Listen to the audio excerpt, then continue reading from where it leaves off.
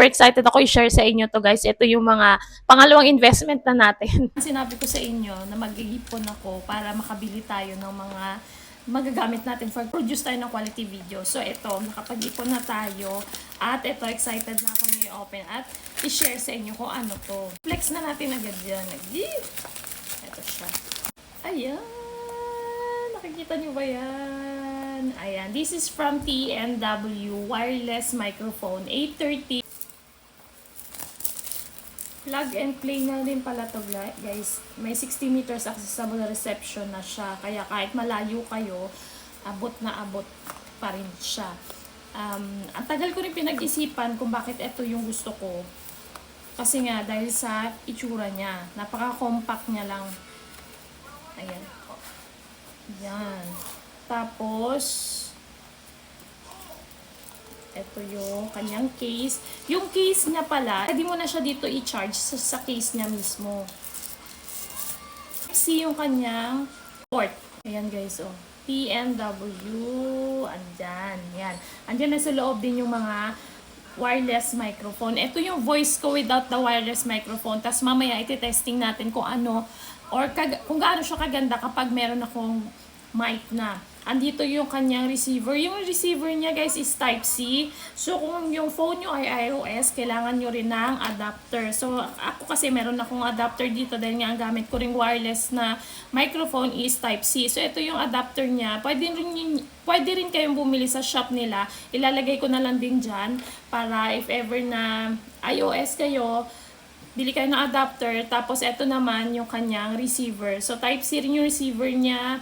Meron din ditong port, Type-C din. Tapos, ito yung kanyang mga wireless mic. Yan, pabilog siya. Dalawa na siya guys. Ang kagandahan dito, yung case niya, pwede nyo na siyang i-charge dyan mismo sa case niya. Ito yung ating mga wireless mic. Ang kagandahan dito, kapag ka meron kang, kung ano may interviewin ka, ganyan. So, hindi mo na kailangan ng isalin-salin yung mic mo kasi dalawa na. So, pwede isa sa'yo, pwede sa isa dun sa ini-interview mo, diba? Tapos, ang kinagustuhan ko sa kanya, kaya talagang pinag-isipan ko to, kasi napaka-compact niya, diba? Ang liit-liit niya lang. Tapos, flip type din siya, guys. Pero, tingnan niyo to. O, diba? Magnetic siya. Pwede mo siyang i-clip dito sa damit mo. Pwede mo rin siyang i-magnet. Lalagay mo siya dito sa loob ng damit mo, kagaya neto. Ayan, nandiyan siya sa loob. Tapos, ayan, ang lakas ng magnet niya, kaya talagang maaano siya, o, diba? Ang linis tingnan, hindi magugusot yung damit mo, hindi ka maggaganyan-ganyan, or hindi nakalagay dito, or kung gusto mo dito sa gitna, ganyan, or kung nagja-jogging ka naman, or nagba-vlog ka sa labas, at gusto mo malinaw pa rin yung audio mo, pwede mo lagyan to ng ng tali para sa necklace mo siya ilagay, or pwede sa sombrero mo ikakabit mo siya kasi nga magnetic siya, kahit saan mo siya ilagay pwede. Ayan, ang lakas ng kanyang magnet, mabilis niya mag-clip. Kasama na rin dito sa loob guys yung kanyang charger. Ayan, meron siyang USB port, saka Type-C port na charger.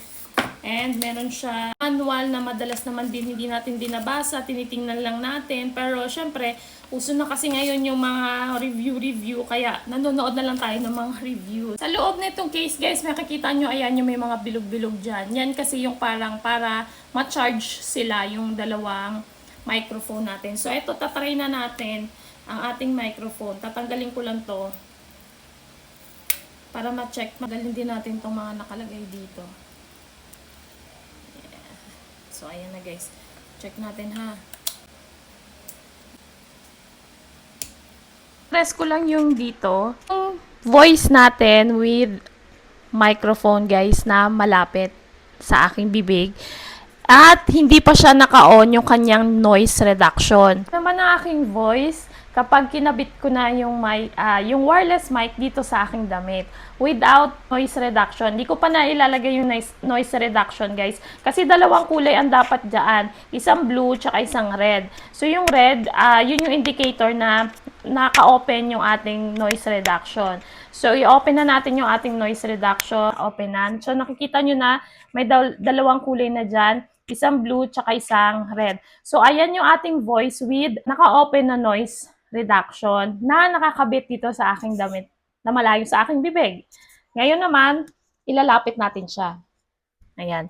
So, ito yung aking voice with a wireless microphone na naka-open yung noise reduction. So, tingnan nyo kung anong kaibahan ng boses natin kanina. Gusto mo talaga ng quality videos at kung gusto mo talaga maging maganda yung mga video mo, maganda talaga na mag-i-invest ka ng mga ganitong klaseng product para sa ikagaganda ng iyong content. So, ayan, kung gusto nyo mag-purchase, andyan ilalagay ko sa aking yellow basket, pati yung adapter. Plug and play na rin pala to guys, hindi mo na kailangan siyang tanggal kabit kung gusto mo marinig yung boses mo or kung gusto mong ma-check kung okay yung audio mo.